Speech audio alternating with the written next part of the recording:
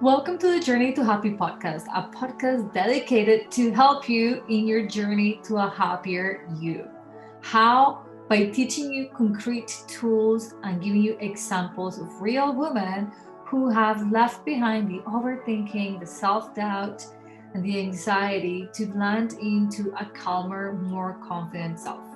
I am Olga, a former therapist, a life coach, a wife, blissfully a mother, a coffee lover, and your host. I'm excited that you have tuned into the podcast, and I cannot wait to see where you take this advice that we come to give you on a weekly basis into your own personal life.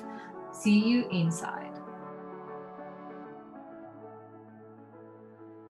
Hey guys, welcome to an episode of Journey to Happy. I'm Olga, your host, and as always, I am honored to be connecting with you here. I wish we could do this in person with our coffees, and I actually get to see your face as we're having these conversations. But I also think it's amazing that you could be right now in a complete different continent, and we are talking, we are connecting.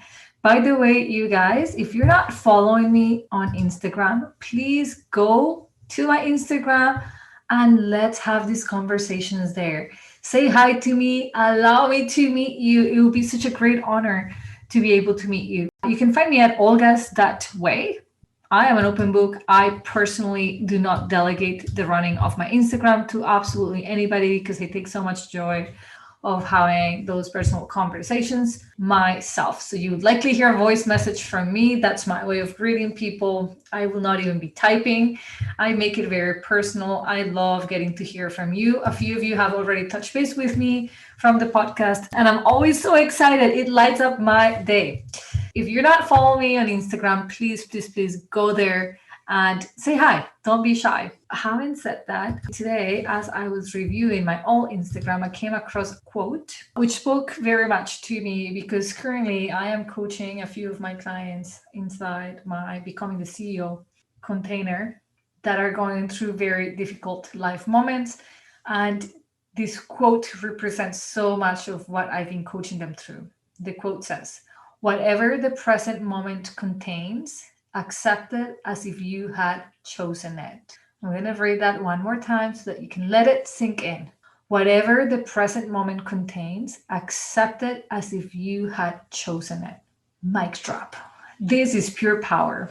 Acceptance seems like the difficult thing to do, especially when life gives us a storm that is not pleasant, that nobody wants to go through. But really, nothing is more difficult. In my years as therapist, I worked with clients who had experienced severe childhood trauma and adult trauma. Trauma was a subject of passion for me back in the days. And I would still agree that this quote is true. Nothing is more difficult than the fighting of what is. Nothing will deplete your vital energy more than fighting what's already there, what life has given you, whether we like it or not. The fact that we like it is one thing, but the fighting it, the lack of acceptance just adds layers and layers of difficulty to what's already difficult. So, whatever the present moment contains, accept it as if you had chosen it.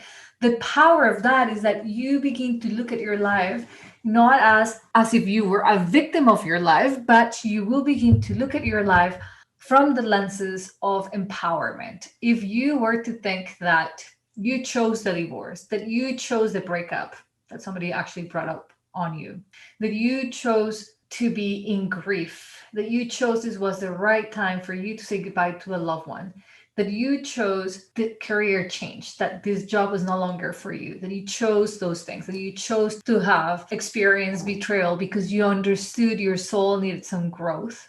Imagine what would change. And I know it sounds insane, like who on the right state of mind would say, okay, mom, our time together has come to an end. This is time for you to pass on. Obviously, this is not what we want. This is not something that we would choose, but I don't want to lose you there. I want you to just follow along this idea of imagining that we had chosen that we had been the person making the call, that this is it.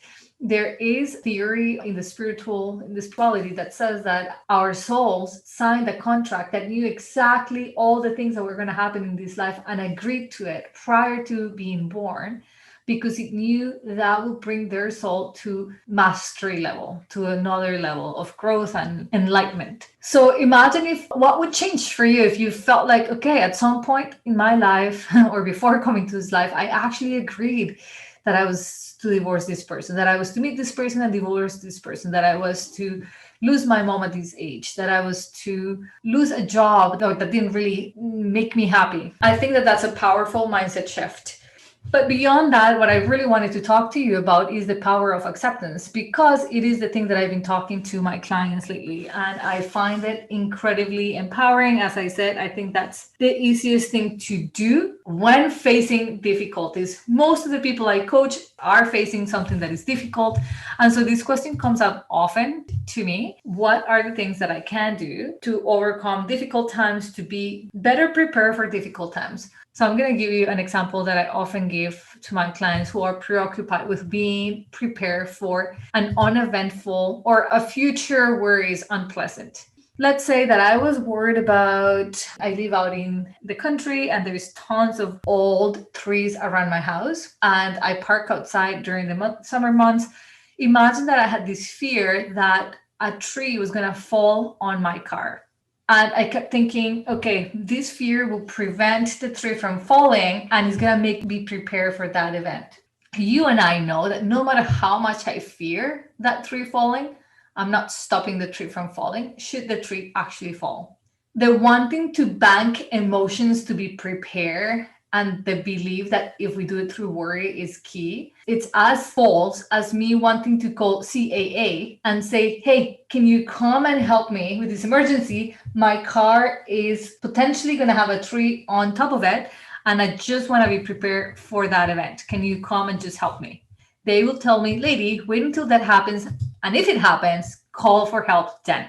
I give this example, and most of my clients, I don't know if you're laughing, you're thinking, well, that's funny. I wouldn't call CAA before I have a flat tire or I actually need a truck to come get my car. The one thing to worry ahead of time so that we're prepared for that event that we're not looking forward to is that same scenario. It is the one thing to worry so that when a worrisome moment comes, don't worry, I don't need to worry about it because I already did. I've been worrying about this for 5 years. It just doesn't add up. Because we hold that belief that we can actually protect ourselves from future pain if we just worry enough before, we also hold the limiting belief that says, hey, when something bad happens, just don't accept it, fight it. That's your way out. That would ensure you're not in pain long enough. I've got clients right now who are in deep pain because life has happened unexpectedly. Things that can happen to anybody have happened to them. And as much as they want to fight it, they're noticing that fighting is what depletes their own life, their own energy, is what makes of a difficult life scenario something impossible to cope with. So rather than banking your worry and rather than avoiding accepting what is, do yourself a favor. I don't know what it is. Maybe you're not going through a massive, drastic moment. I can think of myself right now. My life is pretty good. My family is healthy. I'm healthy. My finances are great. My health is great. My marriage is great. My business is growing. Whatever I look, I have no real reason to be worried about. Even in these moments, I could still ask myself, what needs my acceptance right now? And it's funny, I will quickly come to like, oh, this one thing, do I really have to accept it? And how would that look like if I was to accept it?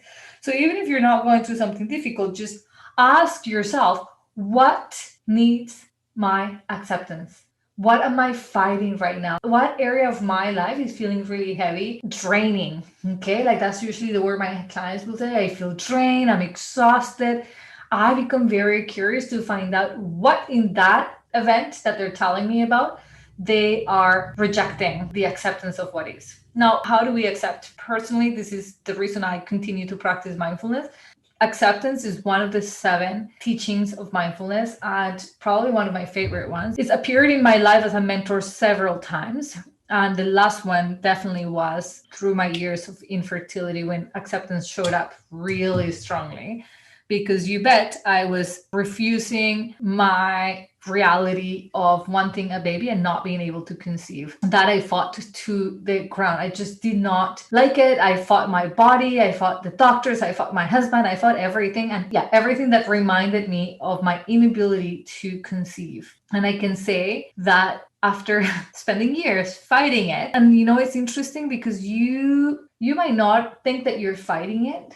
Like you literally consciously would think like, I don't think I'm fighting this, but whatever follows that's fighting it. Acceptance is understanding what's in front of us, what has already happened, and not trying to change it. And it's funny because most of my clients who experience a difficult time accepting, and I'm raising my hand right here, also have a hard time with change. So I find that paradox interesting. On the one hand, acceptance means don't change anything, leave it as is, because you cannot change it. You have to accept that there is no change of the past, it's happened. And on the other hand, they're terrified of change. They don't want to change anything because they don't like change. So how can we be both allergic to change and wanting change so badly? Aren't we human so fascinating? Hey guys, I do this work because I find it fascinating. Bottom line, there is no other reason why I show up to doing this work. I absolutely find it fascinating. It never gets boring. So how do we navigate? How do we navigate that? I hate change, and at the same time, I am fighting accepting because I want to change my reality. One of the conversations I had recently over Voxer with one of my clients that I thought was very powerful. I had never been in the shoes she's wearing right now. I have never experienced what she's saying. And so I really had to stop and reflect. What would be helpful if I was in that? What would I find uplifting? What would I find an interesting perspective? Sometimes you guys think that because we're therapists or coaches, we have the answers to everything. And I am always reminded of my human experience and not knowing the answers to everything. And I had to sit and reflect and reflect and reflect. And it just popped back to me, acceptance. What I needed to coach this client through was accepting her moment, her pain, how it sucks, like not changing that it sucks, to being positive. Like I need to be positive right now. But why? You're in pain. You don't need to be what you're not right at this moment. Can you just accept right at this moment, Olga, right today at this moment, she's feeling peaceful and light and happy. Why change that? Of course, when that's what is coming through, what we're feeling, we're like, no, I don't want to change that. I want that. That's when we attach to the lack of change. I don't want that to change ever. But when we're going through pain, through grief, through end of life, through real painful moments that no prep in the world can actually prepare you for, those are the moments where we have to think and consider, how could I begin to accept? What needs my acceptance right now? And I would remind you, when I mean accepting, I don't mean that you put your approval mark and you say, oh my God, I love this. No, to not confuse liking with accepting. They're two very different things. We might not like what is happening. Nonetheless, it is still happening. It's still part of our story. So how can we accept it? How can we become friends with it? In the practice of mindfulness, what we do is we turn to gratitude. And that has never felt me personally in my moments when I am rejecting something, when I want to change how something is, I come back to gratitude. So going back to the example I was giving you of my 5 years trying, and initially they were not all of 5. I would say the last 2 and mostly the last one was of fully accepting of the not controlling, the not being in control of actually becoming a mom, that was not in my control. I fought that concept because I wanted to be in control, because if I had this desire, would it be in my hands to control the outcome? This went against everything I knew, everything I've been preached and I practiced my entire life. You work hard, you get what you want. Well, infertility came to teach me another layer of acceptance. I had to accept the things that were not in my control to control. Didn't mean I liked it, but I didn't control it. So how could I accept it? And in doing that work, I became even more closely connected to acceptance. And I found it liberating. I found it allowed me the opportunity to come back to that gratitude. And it sounds funny, of abundance. Suddenly I felt like I was powerful beyond measure. Whereas when I was trying to fight the not controlling, the not being able to control the outcome, I felt very limited. Like I wanted to be more powerful, and noticing how little control I had over the outcome made me feel really limited. But when I landed into gratitude, when I landed into accepting, this is the way my body is functioning, trusting, that was huge. Trusting that life had a plan, that was way better than what I could plan, and just finally releasing playing God of my own life and just letting life kind of take its path while I was still very intentional. Still went to see the doctors, I still took the vitamins, I still did everything that was in my hands to do, but I released the outcome. I accepted that this was an unknown outcome. Nobody could guarantee me, no IVF, no best clinic, nobody could guarantee me a pregnancy and a baby at the end of the day. When I say acceptance has showed up as my mentor in different moments of my life, I mean it. I remember sitting down in my room in the dark and saying, having a conversation with higher power, whatever that is, guide me. What is it that is showing up right now for me to learn? And just like a few days ago, coaching my client, the word just popped into my head. It just popped into my heart. Acceptance. What do I need to accept? My fear was, oh my God, is life wanting me to accept I'm not going to become a mom? Just accept it, move on. And then I realized that wasn't it. What I needed to accept again was that I didn't control outcomes. The future was not to be controlled. And could I still enjoy the journey? Could I still love every step that I was taking towards my goal? The answer was yes, I could. And I loved the last 2 years of my fertility journey were acts of love. I didn't know how I was going to come to meet my baby. I just knew that I could open my heart up to letting life get me to the right outcome, that I didn't need to control what that was. That's a way of accepting. Okay. What in your life right now could use a little less controlling, could use a little bit more accepting? What part of your mind feels threatened by you releasing control? And what is it that you think you can accept? I have so much fun guiding people through this. It's never what you think it is, okay? Never. That I will tell you. If I could be guiding all of you to find out that spot of that learning, I would, but I can't. So this is the best that I can do, is guide you through this podcast to get you to ask yourself the right question. And then don't be afraid to let the answers come and remain curious, okay? That's key. You have to be curious about this. And one last thing I would say to this is that just because you ask the question doesn't mean it shows up right away. For me, at times it takes days or months for the answer to come up. Nonetheless, it always come up. So I still let go of the timeline of by when this thing has to happen. Yeah, so while it might appear to be the difficult thing to do to accept, trust me when I say nothing is more difficult than fighting against what is. So if you don't believe me, just do inventory of what's feeling heavy and then notice what you're fighting and what is it costing you to fight this, which is already there. So maybe it is the way your body looks, maybe it's your current weight. What is it costing you to fight that this is your body right now? That fight, what is it doing to your self-esteem?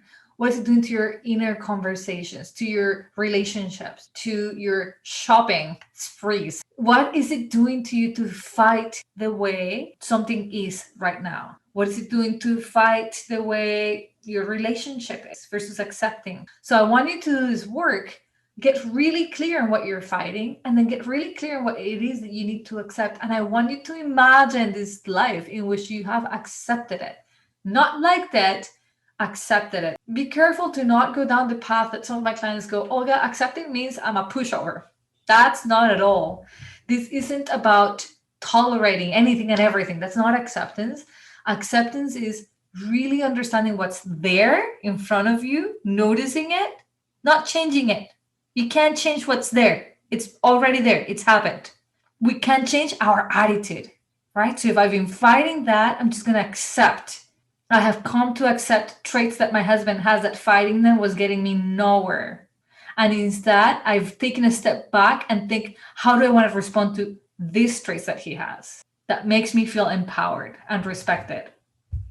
Yeah, that's my invitation to you today. I want you to feel light and I want you to feel that you are taken care of by you.